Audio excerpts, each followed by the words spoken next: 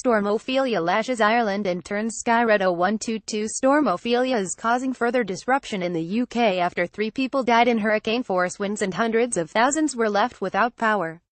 Scotland is braced for gusts of up to 70 miles per hour and flood warnings are in place on its west coast as the remnants of the hurricane continue to batter the British Isles.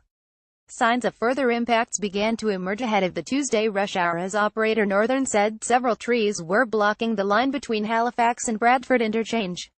There was a further report of a landslip on the line and commuters were warned poor road conditions could further hit rail replacement services. Trains were also unable to run between Manchester Airport and Wilmslow Station in Cheshire after a tree fell on overhead electrical wires.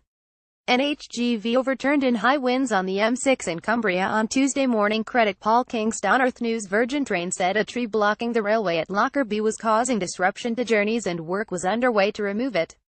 Part of the roof of a standard National League team Barrow AFC has been ripped off by the wind.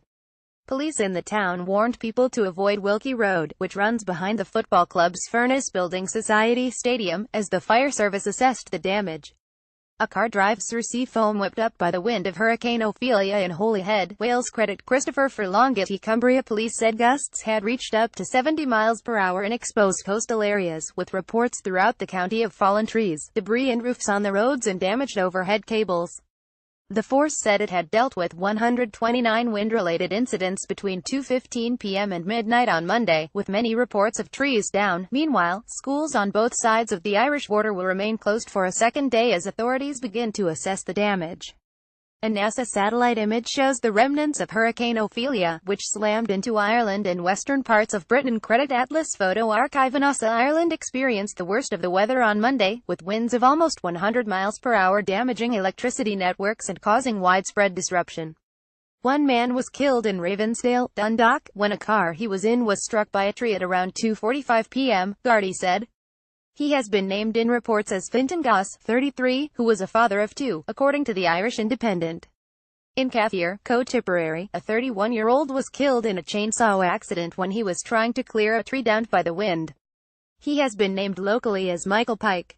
Fallen trees blown down by Storm Ophelia block a road in Ireland's southwest city of Cork. Credit Ben Stansalafp. Earlier, a woman driver in her 50s died when a tree fell on her car in strong winds near Aglish Village in Co-Waterford. The victim was reportedly a former oncology nurse Claire O'Neill, who was due to celebrate her 59th birthday on Tuesday.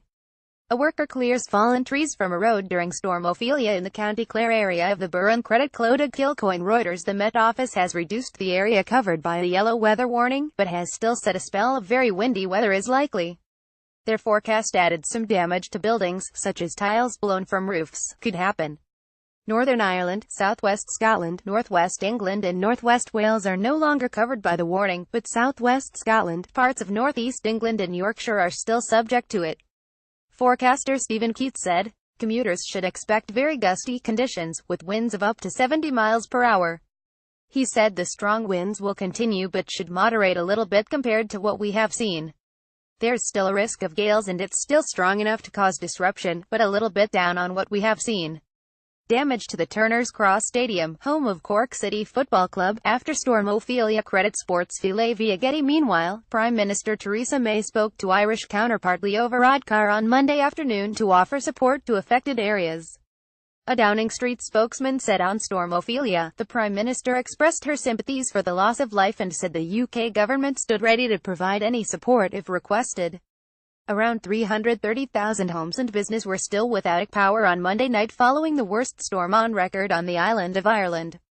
A road closed sign submerged in floodwater in Galway, Ireland. Credit Clodagh Kilcoyne. Reuters. Help from Northern Ireland and the rest of the UK is expected to be drafted in on Wednesday to help restore power, ESB, the Republic of Ireland's electricity network, said. Police Scotland said a number of homes in Dumfries and Galloway have lost power, but all major roads in the region remain open despite fallen trees and branches disrupting some routes. Meanwhile, the roof of a scout hut in Castle Douglas was blown off and there have been reports of collapsed scaffolding in Dumfries. Hurricane Ophelia timeline. A Force spokesman said at this time we have no reports of anyone being injured in the region. A number of homes in the region have remained without power overnight and efforts are underway to bring power back to those affected.